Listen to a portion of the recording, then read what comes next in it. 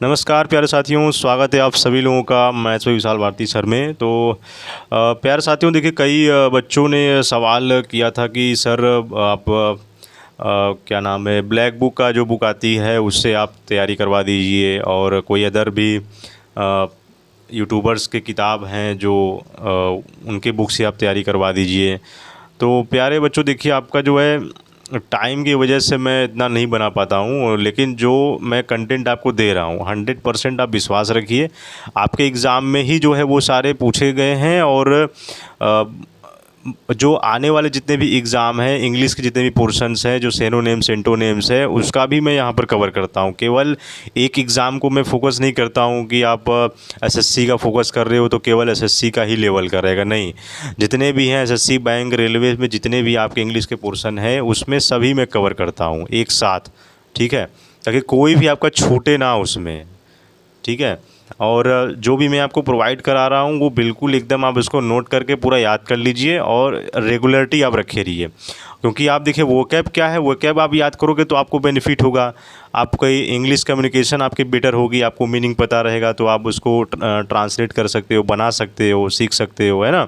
तो बहुत आपको ये हेल्पफुल होगा। और ख़ासकर जो बड़े बड़े जो एग्ज़ाम है, यूपीएससी की भी जो तैयारी करते हैं उसमें भी देखिए उसके भी हार्ड जो लैंग्वेज होती हैं उसके आपको नहीं मालूम तो उसका भी मैं कवर करता हूँ, ठीक है। क्योंकि डेली मैं क्या है इंग्लिश न्यूज़पेपर में पढ़ता हूँ, उसमें से जो भी मेन वर्ड होता है, जैसे एडिटोरियल में पढ़ता हूँ तो उसमें एडिटोरियल में से मैं पिक कर लेता हूँ कि हाँ ये देखिए वर्ड है, इसको मुझे बताना है।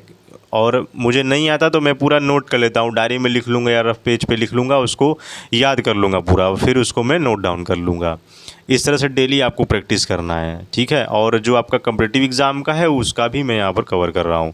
तो ऐसी बात नहीं है, बिल्कुल आप निश्चिंत रहिए। चाहे आप किसी भी बुक से तैयारी करिए, बस आप अच्छे से करिए उसको। और फिर भी कोई डाउट है तो आप टेलीग्राम पर आप मैसेज कीजिएगा, और जो प्रॉब्लम है और जो भी क्वेश्चन है आप वहाँ पर भेज दीजिएगा, मैं आपको उसमें अलग से आपको बता दूँगा, ठीक है। तो चलिए शुरू करते हैं। पहला क्वेश्चन पूछा गया है स्टॉल्ड, यानी एक वर्ब और ये एडजेक्टिव भी है। तो ये पार्ट्स ऑफ स्पीच देखिए पूछा जा रहा है एग्ज़ाम में, इसको ज़रूर आप नोट कर लीजिएगा और इसको पूरा लिख भी लीजिएगा। तो मीनिंग क्या होता है इसका, देखिए ये इसको कहते हैं रुक जाना या ठहर जाना, डिलेड और स्टॉप प्रोग्रेस या अवरोधित जिसे हम कहते हैं। और इसका सिनोनिम्स देखिए क्या है, हेल्टेड, डिलेड या सस्पेंडेड, ठीक है। इनमें से कोई सा भी एग्ज़ाम में देखिए आ सकता है। एंटोनिम्स क्या है, एडवांस्ड, इसका ठीक उल्टा कर दीजिए, प्रोसीडिंग, कॉन्टिन्यूइंग, ठीक। एग्जाम्पल क्या है, और इसका मेन चीज़ देखिएगा, मैं आपको इसमें बताऊंगा कि इसका यूज़ कब, मतलब कहाँ पर इसको करना चाहिए, ठीक है। इसको बिना यूज़ किए आप इसको याद ही नहीं कर पाओगे। और एग्जाम्पल को भी यहाँ पर ध्यान रखिएगा, क्योंकि एग्जाम्पल याद रखोगे तो आपको इसका वर्ड का जो है वो सेंटेंस बनाने में आपको ईजी होगा। क्योंकि जो बच्चा वर्ड का सेंटेंस बना लेता है बिल्कुल वो कभी भी वोकैब को भूल ही नहीं सकता, ठीक है। देखिए क्या है, the project stall due to lack of funding, यानी जब पैसों की जब कमी होती है तो प्रोजेक्ट क्या होता है, रुक जाता है। तो ये यहाँ पर है। और जब कोई काम आगे नहीं बढ़ता है तब वहाँ पर स्टॉल्ड वर्ड हम यूज़ करते हैं, ये ध्यान रखिएगा, ठीक है। दूसरा क्या है, असर्टिंग। असर्टिंग एक वर्ब है, स्पेलिंग भी देखिए याद रखिएगा, मोस्ट इंपॉर्टेंट। 4 से 5 सवाल, 2-3 सवाल, मतलब आपका आना ही आना है आपका इंग्लिश। तो इंग्लिश आप मतलब इसका स्पेलिंग जो है भूलना नहीं है आपको, ASSERTING, ठीक है। वर्ब है, याद रखिएगा। और इसका मीनिंग क्या है, दावा करना या स्थापित करना, या जिसे हम दृढ़ता से कहना भी हम बोलते हैं, टू स्टेट और डिक्लेयर कॉन्फिडेंटली, ठीक। अब यहाँ सिनोनिम्स क्या है, डिक्लेयरिंग या मेंटेनिंग, अफर्मिंग, ठीक। उल्टा कर दीजिए इसका एंटोनिम्स, डिनाइंग, रिजेक्टिंग, विदड्रॉइंग, ठीक। और एग्जाम्पल क्या है, she kept asserting her innocence despite the accusations, she kept asserting, यानी उसने अपनी बात मजबूती से रखी, यहाँ पर मजबूती से दावा किया जा रहा है। अब इसका यूज़ कहाँ पर करेंगे, जब यहाँ पर आत्मविश्वास के साथ जब कोई अपनी बात रखनी होती है तब यहाँ पर हम असर्टिंग वर्ड यूज़ करते हैं ना, आत्मविश्वास के साथ जब हम कोई बात कह रहे हैं, ठीक। तीसरा देखिए क्या है, क्रिटिकल, यह एक एडजेक्टिव है। इसका मीनिंग क्या होता है, एक्सट्रीमली इम्पोर्टेंट और इसेंशियल, ठीक है, महत्वपूर्ण, निर्णायक जिसे हम कहते हैं। सिनोनिम्स क्या इसका हो जाएगा, क्रूशियल या की या वाइटल, ठीक। एंटोनिम्स कर दीजिए इसका उल्टा, ट्राइवियल या माइनर या इनसिग्निफिकेंट, ठीक। एग्जाम्पल क्या है, timely medical interventions was critical to shape the patient, तो इसका मतलब क्या है, देखिए क्रिटिकल यानी परीक्षा में वह चैप्टर बहुत ही इम्पोर्टेंट है यहाँ पर। जैसे अगर क्रिटिकल का मतलब क्या है, महत्वपूर्ण या निर्णायक है, तो आप ऐसे भी इसका बना सकते हो। और यहाँ पर जो एग्जांपल लिखा गया टाइमली मेडिकल इंटरवेंशन, यानी जब किसी भी पेशेंट्स को अगर टाइमली मेडिकल अगर सुविधा मिल जाती है तो बहुत ही महत्वपूर्ण होता है उसके लिए, ठीक, और सेव और वो पेशेंट्स की जान बचाई जा सकती है। तो इसका यूज़ कहाँ पर हम करेंगे, यानी जब कोई जो बहुत ज़रूरी यदि कोई चीज़ हो तो वहाँ पर क्रिटिकल हम वर्ड यहाँ पर यूज़ करेंगे, ठीक है, और ये एडजेक्टिव ही याद रखिएगा। चौथा देखिए क्या है, रिफ्यूज्ड, यह एक वर्ब है। रिफ्यूज्ड इसका मीनिंग क्या है, इनकार करना, ठीक है, यानी मना करना। टू डिक्लाइन, टू एक्सेप्ट और एग्री। सिनोनिम्स क्या है, डिक्लाइंड, रिजेक्टेड या डिनाइड, ठीक है। एंटोनिम्स क्या है, इसका उल्टा कर दीजिए, एक्सेप्टेड, एग्रीड, अप्रूव्ड, ठीक। एग्जाम्पल है, he refuse the job offer because it didn't match his career goals, ठीक, यानी उसने नौकरी लेने से मना कर दिया। अब रिफ्यूज्ड वर्ड कहाँ पर हम यूज़ कर सकते हैं, जब किसी बात को स्वीकार न करना हो, ठीक है, यानी इनकार करना हो। जब आपको बात स्वीकार नहीं करनी है तो आप रिफ्यूज्ड वर्ड यूज़ कर सकते हो, ठीक। नेक्स्ट देखिए पांचवा है इंसिस्ट। इंसिस्ट क्या है, यह एक वर्ब है, यानी यहाँ पर जोर देकर कहना, आग्रह करना, है ना, डिमांडिंग फॉर्मली और असर्ट स्ट्रांगली, तो यहाँ पर इंसिस्ट वर्ड यूज़ होता है। सिनोनिम्स क्या है, डिमांड्स या अर्जेस या मेंटेन्स, उसका उल्टा कर दीजिए, वाइब्स या फॉरफिट्स या relents. Example, the teacher insist on punctuality in the class, यानी शिक्षक समय पर आने को जोर देते हैं। यानी जब किसी बात पर बार बार जोर देना होता है तब हम वहाँ पर इंसिस्ट वर्ड यूज़ कर सकते हैं, ठीक है।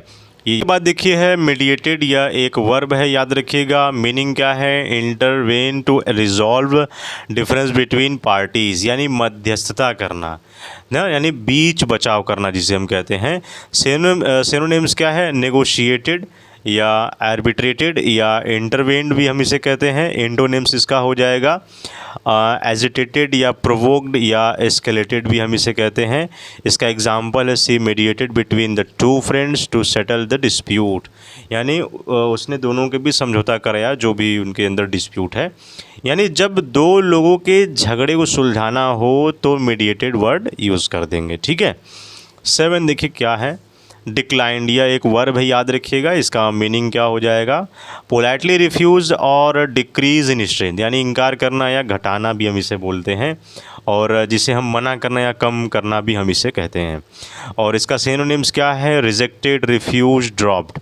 एंटोनिम्स क्या है, एक्सेप्टेड, एग्रीड, इंक्रीज्ड, ठीक ठीक। उसके बाद देखिए क्या है, इसका एग्जाम्पल है, ही डिक्लाइंड, ही कहाँ गया, हाँ, he declined the invitations to the party due to prior commitments. तो इसका क्या मतलब है, देखिए क्या है, डिक्लाइंड यानी उसने इन्विटेशन एक्सेप्ट नहीं किया। यानी एक्सप्लेनेशन यहाँ पर देखिए क्या है कि जब कोई चीज़ विनम्रता से इनकार करना हो तो हम वहाँ पर वर्ड डिक्लाइंड वर्ड यूज़ करेंगे, ठीक है। ये याद रखिएगा, कैसे बनाना है ये ध्यान रखिए, मैं आपको बता रहा हूँ, नोट भी करते जाइएगा।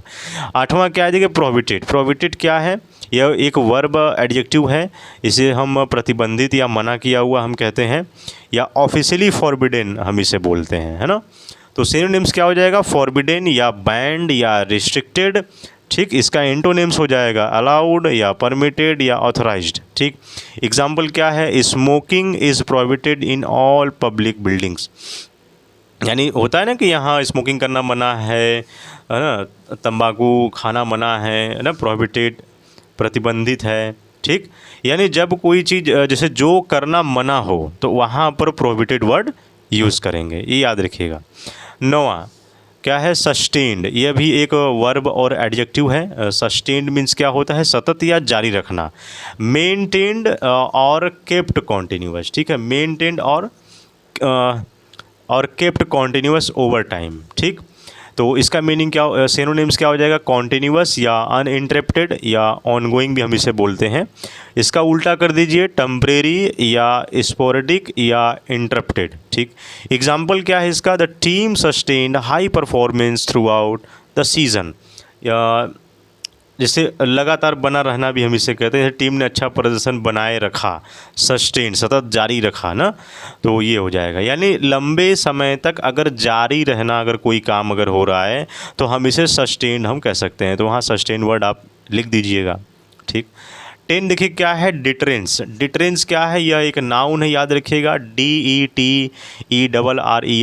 देखिए एग्ज़ाम में पूछा हुआ ये है स्पेलिंग, तो कई यहाँ पर ई की जगह ए लिख देगा तो आप गलत कर दोगे, तो इसको ध्यान रखिएगा। ये एक नाउन है, इसका मतलब है निवारण या रोकथाम, the act of preventing actions through fear और डाउट। ठीक। सिनोनिम्स क्या हो जाएगा, प्रिवेंशन या डिस्करेजमेंट या रिस्ट्रेंट भी हम इसे कहते हैं। इसका उल्टा कर दीजिए एंटोनिम्स, इनकरेजमेंट या इंसेंटिव, प्रमोशंस। ठीक। एग्जाम्पल है strong penalties act as a deterrence against crime. ठीक।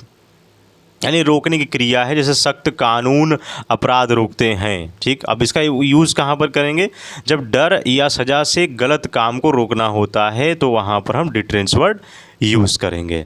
ठीक है। और आज के लिए हम इतना ही रखते हैं 10, और बाकी जो है वो कैब का नेक्स्ट देखिए वीडियो आएगा इसी के ऊपर। और बिल्कुल घबराइएगा नहीं, बहुत सारे बच्चों ने कमेंट किया था कि सर बुक से पढ़ाइएगा, तो चिंता मत करिए। आप बिल्कुल जो मैं पढ़ा रहा हूँ उसको आप अच्छे से पढ़ते रहिए। बाकी कोई डाउट है तो आप टेलीग्राम पर वहाँ पर मैसेज ज़रूर कर दीजिएगा, और टेलीग्राम से ज़रूर ज्वाइन कर लीजिएगा। देखिएगा कि यहाँ पर लिंक से नहीं ओपन होगा तो विशाल भारती सर आप सर्च करोगे टेलीग्राम पर तो आपको मिल जाएगा वहाँ पर चैनल। ठीक है। और कोई डाउट है, कोई क्वेश्चन है तो कमेंट बॉक्स में ज़रूर पूछ लीजिएगा। तो चलिए वीडियो को यहीं तक रखते हैं, मिलते हैं आपसे नेक्स्ट वीडियो में। जय हिंद, जय भारत।